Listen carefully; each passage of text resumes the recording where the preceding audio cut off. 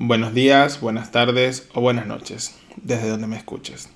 Hola, soy José Gregorio, un médico venezolano que actualmente está viviendo en España, apasionado de las inversiones y los bienes y raíces. Te doy la bienvenida a mi podcast llamado Médico Capitalista, un podcast creado por un médico enfocado al gremio y a todos en general, donde aprenderemos sobre inversiones y bienes y raíces para alcanzar la libertad financiera. Con cada podcast hablaremos de un tema que nos ayudará a entender y a acercarnos más a esta meta. ¿Te parece si empezamos con el capítulo de hoy? Donde hablaremos de los mitos sobre Hacienda y la realidad de los varios pagadores. Debo recordarte que en este podcast hablamos de inversiones y ten en cuenta que los mercados y los países son individuales. También que toda inversión conlleva un aprendizaje y riesgo de perder dinero, pero la responsabilidad de manejar el dinero es exclusivamente de ustedes. Continuamos con el podcast número 10. Mitos sobre Hacienda y la realidad de los varios pagadores. Érase una vez la leyenda de que cuando tienes dos pagadores en España en un mismo año fiscal, tu declaración de la renta se convierte en un monstruo de 9 cabezas, con un apetito feroz, que hay que alimentarlo con nuestros impuestos. Muchos impuestos. No tenemos idea de quién empezó esta leyenda. Podemos creer que fueron los políticos para mantener a la población bajo ingresos mínimos, o un fan de este monstruo feroz que le encantaba alimentarlo. Pero lo que sí sabemos es que seguramente fue alguien que no tenía muy claro el tipo de retenciones o posiblemente no tenía la más mínima educación financiera. Por consiguiente, una mentira repetida 1000 veces puede llegar a percibirse como una realidad. Esto es algo que pasa muchas veces con las dudas fiscales, cuyas respuestas varían dependiendo a quién le preguntes. Pero muchas respuestas no tienen nada de cierto. Por lo tanto, este podcast se hizo para demostrar los mitos sobre la declaración de la renta que fueron enumerados en el blog de ING. Número 1. Si haces la renta una vez, tendrás que hacerla siempre. Nada más alejado de la realidad. La obligación de presentar la declaración de la renta es independiente en cada ejercicio fiscal, ya que tus circunstancias pueden cambiar de una declaración a otra. Número 2. Si pides el borrador, debes presentar la renta. Uno de los mitos más extendidos. Por lo tanto, el borrador es únicamente un esbozo de cómo Hacienda entiende que puede ser tu declaración de la renta. Si cumple los requisitos para no tener que presentar la renta, si el resultado de dicho borrador no te interesa, puedes ignorarlo y acudir a tu gestor que te haga la declaración correctamente. Número 3. Todo lo que salga en el borrador es lo correcto. Amistades que han realizado el borrador me dicen: me salió a pagar mucho dinero, moriré. El peor error es hacer el borrador y no confirmar los datos que allí salen.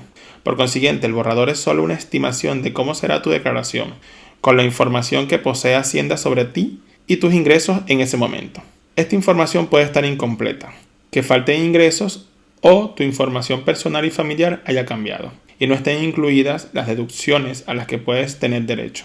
Por eso es importante revisar y modificar antes de confirmarlo. Número 4. Mejor no hacer la declaración si no estás obligado.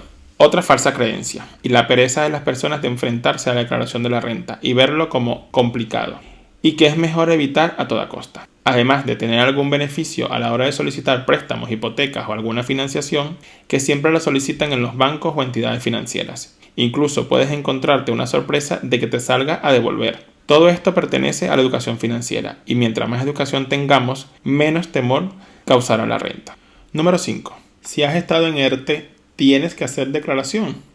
No necesariamente. Si has estado en ERTE, es probable que estés obligado a presentar la renta, porque el Servicio Público de Empleo Estatal, SEPE, se considera un segundo pagador, lo que reduce el límite para no estar obligado a hacer la declaración de la renta. Pasa de 22.000 euros a 14.000 euros. Siempre que haya cobrado más de 1.500 euros del segundo pagador. Número 6. Si estás desempleado o en paro, no hay que hacer la renta. Muy peligrosa esta creencia. Estar sin empleo no te exenta de tributar en la declaración de la renta. Para la agencia tributaria, cobrar el paro es lo mismo que tu salario. Ambos son incluidos en la renta del trabajo.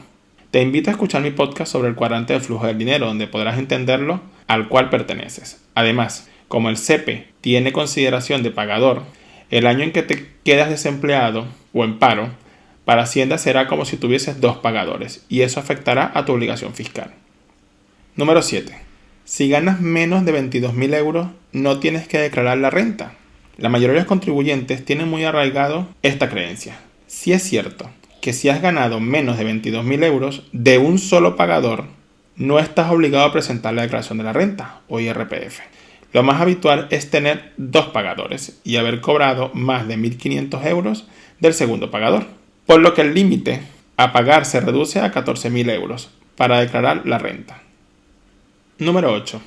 Los menores de edad no declaran la renta. La edad no es impedimento para hacer la declaración de la renta. Tienes la obligación de declarar si sus ingresos superan los 22.000 euros de un solo pagador y Hacienda toma en cuenta los movimientos bancarios, fondos o acciones contratadas a nombre del menor.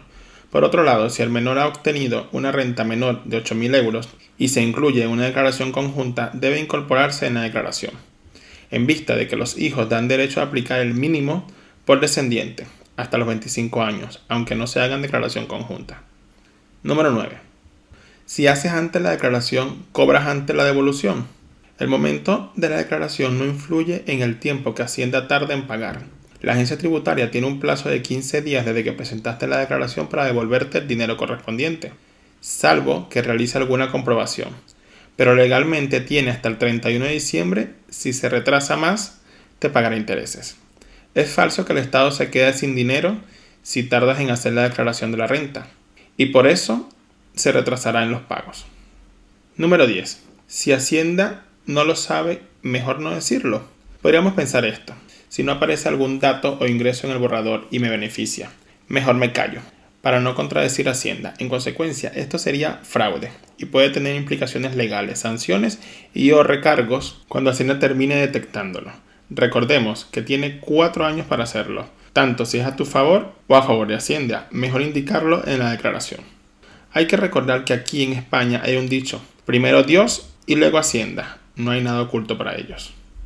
Disculpe la interrupción. Solo es para decirte que si te ha gustado mi podcast o el tema de hoy, seguiré aquí para hablar de diferentes temas que nos acercan a la libertad financiera.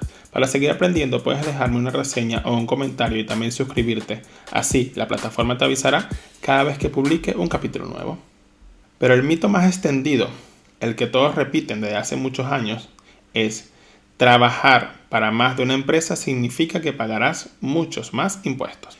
Por consiguiente, la duda tiene que ver principalmente con las retenciones del IRPF que tener dos pagadores. No hará que pagues más impuestos en la declaración de la renta. Lo que sí puede pasar es que una de las empresas no te haga correctamente las retenciones en la nómina. Nos hacemos esta pregunta: ¿se pagará más impuestos por tener dos o más pagadores? La pregunta del millón de euros. La mentira más divulgada en España es que por tener dos pagadores o más te crujirá Hacienda, haciéndote pagar más impuestos. Lo primero que debemos aclarar es que no es cierto. No pagaré más impuestos por tener dos o más pagadores. Repítelo en tu mente. En consecuencia, todo dependerá del tramo del IRPF nombrado en el podcast anterior que te invito a escuchar y de las retenciones de tus empleados, concordante con tu contrato. Ejemplo: si tienes dos pagadores y cada uno te paga 500 euros, llegando a un total de 14.000 euros por las 14 pagas, no pasas el límite estipulado. Este empleado no pagará impuestos. Está muy claro en el ejemplo. Criterios de Hacienda para considerar dos pagadores en el mismo año fiscal. Muy importante. Un cambio de empleo, que una parte del año trabaje en un X empleo y la otra parte trabaje en Y empleo. Pertenecer simultáneamente a dos empleos y o realizar colaboraciones. Estar desempleado cobrando la contribución por desempleo y posterior trabajar en una empresa en el mismo periodo fiscal. Debemos tomar en cuenta, por lo general, que estarás exento de la declaración de la renta si ganas 22.000 euros obtenidos de un solo pagador. Tener dos o más pagadores, el límite para estar exento cae a 14.000 euros. Si has cobrado más de 1.500 euros de los otros pagadores. En otro orden de ideas, una de las cosas que siempre se repiten las personas que me rodean y amistades, que la solución para que Hacienda no me cruja es que debo subirme el IRPF al máximo posible y voluntariamente, o no tener dos o más empleos, para que así no haya sorpresas anuales con Hacienda. Yo personalmente quedo verdaderamente sorprendido y me digo: ¿por qué debería hacer algo así? Y vivir por debajo de mis posibilidades. ¿Por pagar más Hacienda y subirme el IRPF? Dejar de tener dos pagadores. Prefiero educarme financieramente y cambiar de cuadrante del flujo del dinero. Y así poder pagar menos impuestos legalmente. Tengo una reflexión. Hay una forma de pensar de los ricos que dice, no es cuánto ganas, sino con cuánto te quedas. Ejemplo, un trabajador que esté empleado para una sola empresa con un salario bruto anual de 32.000 euros tendría una retención del 17% anual. Si tiene todo en orden, no le saldrá ni a pagar ni a devolver.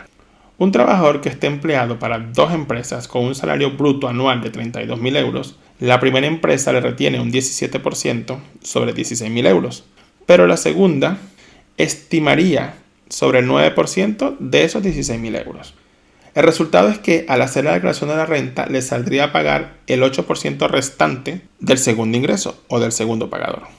Conclusiones. El pago final por IRPF y todos los demás indicadores tributarios, base imponible, deducciones, etc., serán los mismos si tienes uno, dos o más pagadores. Lo que ocurre es que Hacienda tiene que cotejar que esas retenciones se han hecho correctamente. Y en caso negativo, el defecto de las retenciones se ingresará a través de la declaración de la renta. Por consiguiente, los desajustes son por las retenciones de las diferentes empresas o empleados. Nota personal.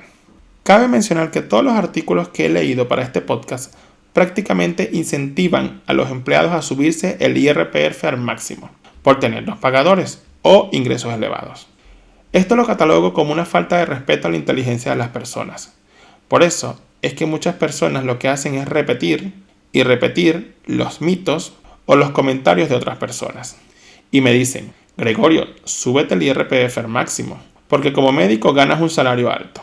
Por eso empecé mi camino en la educación financiera, en mi podcast. Jamás hago dichos comentarios, por lo que he vivido personalmente. En cambio, sugiero aprender cada día más sobre inversiones y sobre el cuadrante del flujo del dinero, para ganar más y pagar menos impuestos legalmente.